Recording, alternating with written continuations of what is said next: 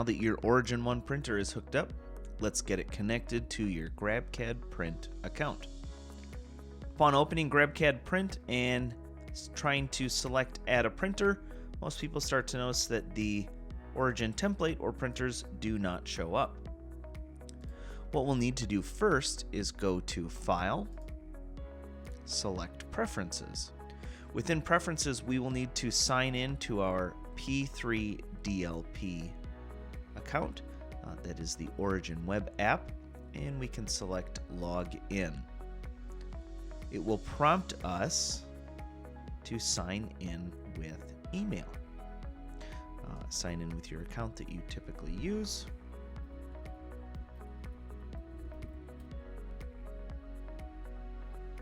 For users of the Origin 1 local, to connect your printer to the Origin 1 local hub, simply go to the same menu within Preferences, check the Origin 1 local box, and enter your IP address or domain of the printers connected to your local hub. Once you hit Save, they should appear. Once you have been signed in, you can hit Save, and it'll ask you to restart GrabCAD Print. Go ahead and restart. And once you've gotten GrabCAD to restart, when you go to your printers, you should see your Origin populated within this menu.